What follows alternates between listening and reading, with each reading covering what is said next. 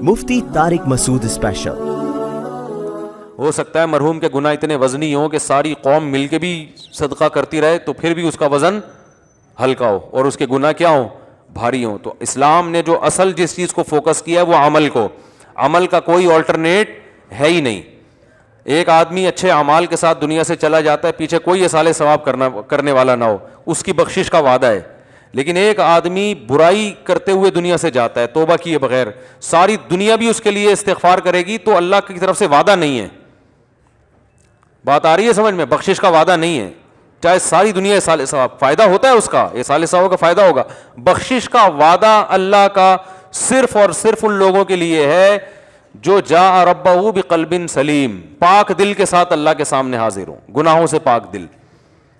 تو گارنٹی صرف اس کے لیے، باقی کسی کے لیے نہیں ہے۔ اسی طرح یہ یاد رکھو، جو اتنا بڑا جنازہ ہو گیا، لوگ کہتے ہیں کسی کا بھی جنازہ بڑا ہو تو سب بخشے بخشائے ہیں، تو جنازہ بھی بڑا ہونا ایک اچھی چیز ہے، اچھی امید ہے، لیکن گارنٹی جو قرآن و سنت میں ہے وہ صرف کس کے لیے؟ عمل اچھا ہو۔ عمل اچھا ہے، مر گئے، کوئی دفنانے والا نہیں ہے، چیل کوے کھا گئے لاش کو، بخشش یقینی ہے۔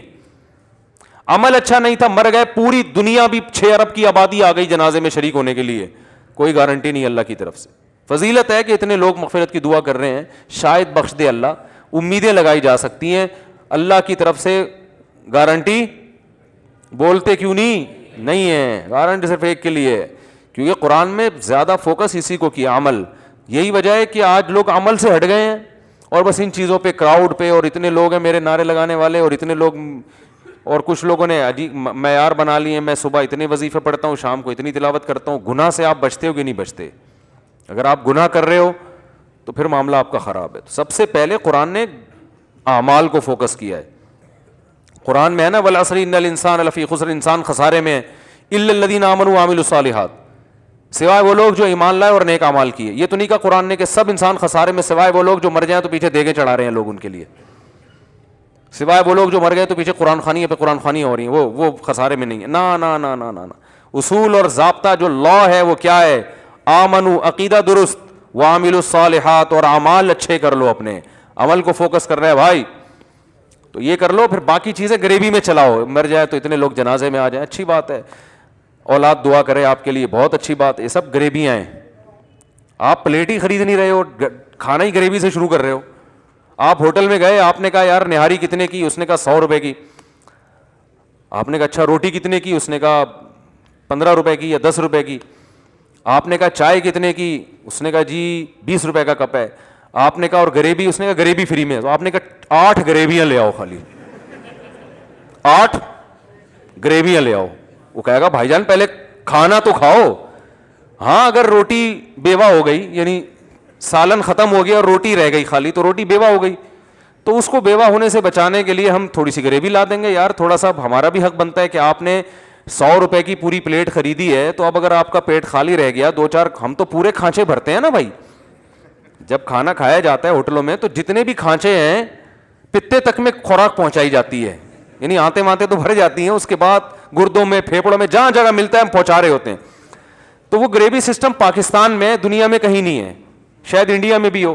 اس کا فلسفہ یہ ہے کہ بھائی آپ نے پلیٹ کے پیسے دیے تھے، 100 روپے کی روٹی، آپ نے کھانا کھا لیا، پیٹ بھر گیا، 2-4 کھانچے آپ کے باقی رہ گئے ہیں، تو اب ہوٹل والا کہتا ہے یار اب اس سے کے پیسے آپ سے کیا لینے، چلو آپ نے اتنی قیمت ادا کر دی تو 1 غریبی یا 2 غریبیاں بھی کھلا دے گا، وہ تھوڑی سی ڈال کے لے آئے گا، چلو جی۔ تو یہ جو جنازے میں اتنے لوگ آ جانا، اس سے بخشش کے وعدے ہیں۔ اسی طرح جو ہے پیچھے لوگ آپ کے لیے دعائیں مغفرت کرتے ہیں، ایصال ثواب کرتے ہیں، صدقہ کرتے ہیں، یہ اللہ کی طرف سے غریبیاں ہیں، یہ اصل نہیں ہے۔ جنت کی اصل قیمت عمل ہے، عمل۔ سمجھ میں آ رہی بات؟ جہنم سے بچنا ہے تو عمل تو پہلے عمل مکمل ہو جائے، پھر نیچے بعد میں اولاد بھی دعائیں مانگ رہی ہے، اور بچوں میں حافظ بھی ہیں، وہ بھی بخشوائیں گے انشاءاللہ، شہداء بھی بخشوائیں گے، علماء بھی بخشوائیں گے، اور جناب پھر ساتھ ساتھ جو ہے وہ غریبوں کو کھانا بھی کھلایا جا رہا ہے، ایصال ثواب بھی ہو رہا ہے، تو یہ غریبیاں بھی ہیں۔ ہم نے جب یہ فضائل سنے اسلام میں غریبیوں کے، ہم نے عمل کو پیچھے کر دیا۔ لوگ سود بھی کھا رہے ہیں، چوری کے پیسوں سے حج کر رہے ہیں جا کے، کرپشن دبا کے ہو رہی ہے، بہنوں کی وراثت پھوڑی ہوئی ہے طبیعت سے، ان سے معاف کروا لیتے ہیں، بہنوں سے 2-2 کروڑ کے پلاٹ معاف کروا لیے ان سے، ٹھیک ہے نا, وہ معاف کروا لیے, ان کی وراثت نہیں دے رہے. اور جناب معاشرے میں جو بیوہ عورتیں رول رہی ہیں, دیکھ رہے ہیں ان کو اپنی آنکھوں سے, مگر کوئی اس سنت کو زندہ کرنے کے لیے تیار. میں تو اس کو بھی ایک جرم ہی سمجھتا ہوں. اور جناب لڑکیوں سے دوستیاں بھی ہیں, اور فون پہ گپیں بھی ہو رہی ہیں, 10 گرل فرینڈ پالی ہوئی ہیں, اور جناب شادی کرتا نہیں ہے, اور ادھر بھی دوستی ادھر بھی دوستی. بیگم اور کر بھی لیے تو وہ دوستیاں نہیں چھوڑ رہے, وہ بیگم کو بیوقوف بنانے کے لیے وسیم ستار کے نام سے لڑکیوں کے نمبر سیو کیے ہوئے ہیں. تو یہ ساری بدماشیاں طبیعت سے چل رہی ہیں. سارا دن جھوٹ بولتے رہتے ہیں, سچ بولا ہی نہیں جاتا. نہ داڑھی رکھنے کی توفیق ہو رہی ہے, نہ نماز پڑھنے کی توفیق ہو رہی ہے, سارے الٹے کام. لیکن جناب جنازہ ایسا خاندانی ہو جائے گا تو بخشوا دیے جائیں گے, اور جناب پیچھے پبلک جب مریں گے تو کھانا لوگوں کو کھلائے گی. نہ عقیدہ درست ہے. تو میرے بھائی یہ پھر سنہری خواب ہیں جو شیطان آپ کو دکھا رہا ہے. قرآن میں کیا کہتا ہے قرآن, الذین ضل سعیہم فی الحیات الدنیا, بہت سے لوگ ایسے ہیں دنیا میں بڑی محنت کرتے ہیں لیکن ضائع ہو جاتی ہے. یہ وہ لوگ ہیں یحسبون انہم یحسنون صنعا, یہ وہ سمجھتے ہیں کہ ہم اچھے کام کر رہے ہیں, حالانکہ وہ اچھے نہیں ہوتے. وہ سمجھتے ہیں ہم یہ جو کر رہے ہیں بہت اچھے ہو جائیں گے. فرمایا نہیں, پہلے عمل ہے میرے بھائی.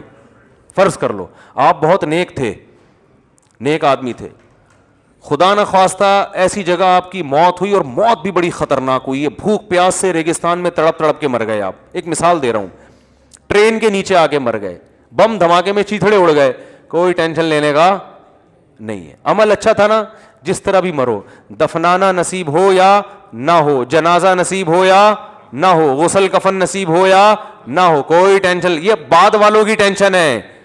میت کو اگر غسل نہیں دیا تو جنہوں نے نہیں دیا ان کو گناہ ملے گا, میت کو تھوڑی گناہ ملتا ہے. جنازہ پڑھنا تو بعد والوں کے اوپر فرض ہے کہ اکرام کے ساتھ, تمیز کے ساتھ, عزت کے ساتھ دفن کرو اس کو.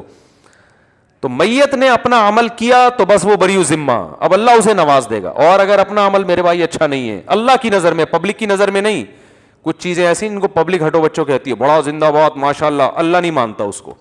اللہ کی نظر میں اگر آپ کا عمل اچھا تھا, ہمارے ایک دوست تھے بڑے نیک, اللہ ان کی مغفرت فرمائے, وہ ٹرین سے اترتے ہوئے نا پاؤں پھسلا پلیٹ فارم پہ, اور ان کی پوری ٹانگ کٹ گئی ٹرین کے نیچے, ڈیتھ ہو گئی ان کی. تو ان کے رشتہ دار پریشان تھے, تو بہت بری موت ہے. میں نے کہا بندہ اچھا تھا تو موت بری نہیں ہو سکتی.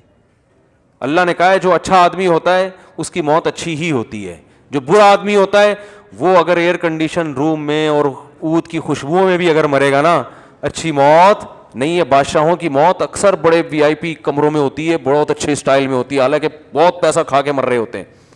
اور یاد رکھو یہ جو موت کی تکلیف ہوتی ہے نا گناہ گاروں کو, اس سے دنیاوی تکلیف مراد نہیں ہے. دنیا میں بعض دفعہ نیک آدمی بہت اذیت والی موت سے مرتا ہے, اور برا آدمی بڑے آرام سے مر جاتا ہے. بعض دفعہ ایسے ہوتا ہے نیک آدمی تڑپ تڑپ کے مر رہا ہوتا ہے, تو لوگ کہتے ہیں دیکھو کتنی بری موت ہے. نا نا نا نا نا نا, یہ تڑپنا دنیا کا ہے. دنیا میں تو تکلیفیں نیک کو بھی پہنچتی ہیں, بروں کو بھی پہنچ سکتی ہیں. اور بعض دفعہ برا آدمی آرام سے مر جاتا ہے, لیٹے اور انا للہ پہنچ گئے, کوئی بیماری ایسی تھی کہ وہ فوراً مر گیا اس سے. تو اس لیے یہ کوئی معیار, لوگ میت کی شکلیں دیکھ کے اندازہ لگا رہے ہوتے ہیں, شکل پہ نور برس رہا ہے, بہت نیک آدمی تھا. وہ بھائی جو ہارٹ اٹیک سے مرتا ہے, برین ہیمریج سے مرتا ہے, اس کی شکل پہ نور ختم ہو جاتا ہے, چاہے وہ کتنا ہی نیک آدمی ہو. تو یہ کوئی معیار نہیں ہے اتنی خوبصورت شکل مرنے کے بعد اور اتنی بدصورت شکل. نیک آدمی کی شکل خراب ہو سکتی ہے مرنے کے بعد, بیماری ایسی تھی جس سے فوراً باڈی خراب ہونا شروع ہو گئی. برے آدمی کی شکل اچھی ہو سکتی ہے مرنے کے بعد, کیونکہ وہ جس طرح سے مرا ہے تو ہو سکتا ہے اس بیماری کی وجہ سے باڈی جلدی خراب نہ ہو, یا ٹھنڈے علاقے میں مرا ہے. اب کوئی چترال کے برف خانے میں مر گیا, شراب پی کے بھی مرے گا, جلدی خراب نہیں ہوگا, 3 دن بعد بھی جائیں گے نورانی مسکراتا ہوا چہرہ نظر آئے گا اس کا آپ کو. اور اگر کوئی جیکب آباد کی گرمی میں نمازی آدمی کا انتقال ہو گیا, مرتے ہی اس کا چہرہ خراب ہونا شروع, کیونکہ یہ قدرتی عمل ہے, کیڑوں نے کھانا ہے لاش کو, نمازی کی لاش کو بھی کیڑے کھائیں گے اور نیک آدمی کی برے آدمی کی لاش کو بھی کیڑے کھائیں گے. یہ تو اللہ نے بتا دیا, یہ دنیا تھی ختم, اب تمہارے ساتھ تمہاری باڈی تھوڑی جائے گی قبر میں, وہ تو مادی چیز ہے, وہ تو ختم, عمل جا رہا ہے عمل. تو یہ سب چیزیں ان سے کبھی بھی متاثر نہ ہوا کرو میرے بھائی. اصل چیز صرف اور صرف اور صرف عمل ہے.